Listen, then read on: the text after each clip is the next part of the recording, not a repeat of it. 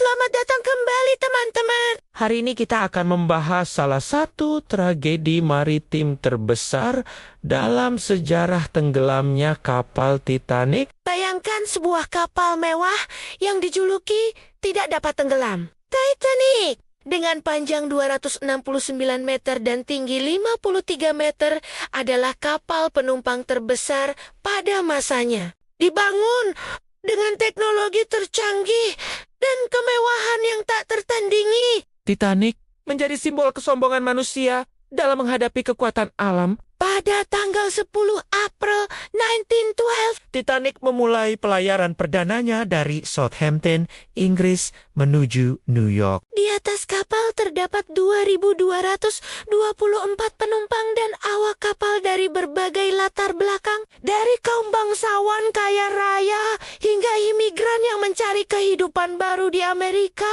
Namun, takdir berkata lain. Pada malam 14 April 1912, dalam cuaca yang sangat dingin dan laut yang tenang, Titanic melaju dengan kecepatan tinggi. Para penumpang kelas 1 sedang menikmati pesta mewah, tidak menyadari bahaya yang mengintai di depan. Pukul jam 23:40, pengamat Crossnest Frederick Fleet melihat gunung es tepat di depan kapal. Meskipun upaya menghindari tabrakan dilakukan, sisi kanan Titanic tetap bergesekan dengan gunung es sepanjang 90 meter. Awalnya, kerusakan tampak tidak serius. Namun air mulai masuk dengan cepat melalui celah-celah di lambung kapal. Thomas Andrews, perancang kapal, segera menyadari bahwa Titanic akan tenggelam dalam waktu maksimal 2 jam. Kepanikan mulai menyebar. Sayangnya, jumlah sekoci yang tersedia hanya cukup untuk setengah dari total penumpang. Lebih tragis lagi,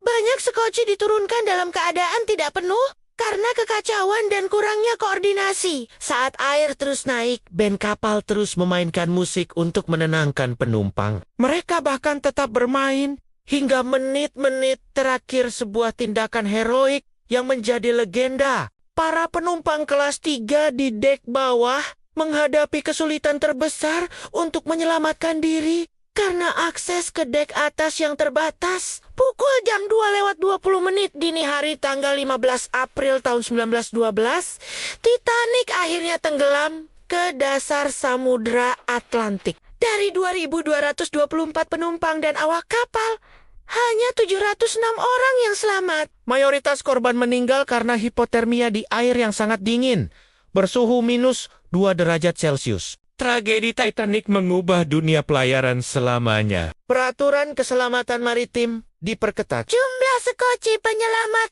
wajib mencukupi seluruh penumpang.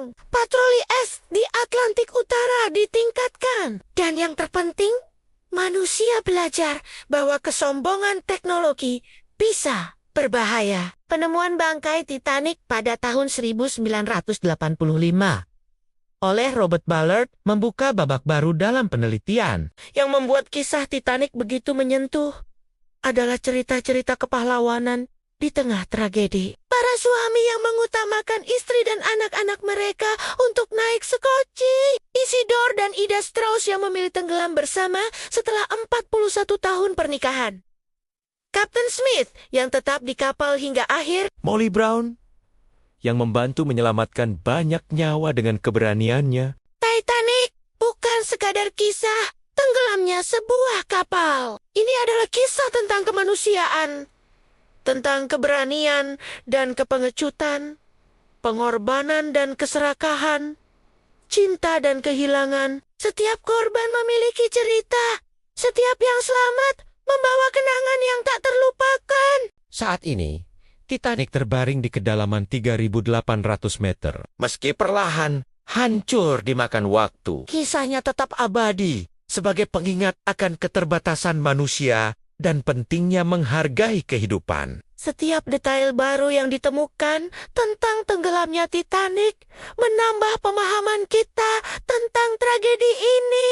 Terima kasih telah menyimak kisah tentang Titanic. Jika kalian menyukai konten seperti ini, jangan lupa untuk like, subscribe cerita Jason Wilbert, dan bagikan ke teman-teman. Sampai jumpa di video berikutnya dengan kisah menarik lain.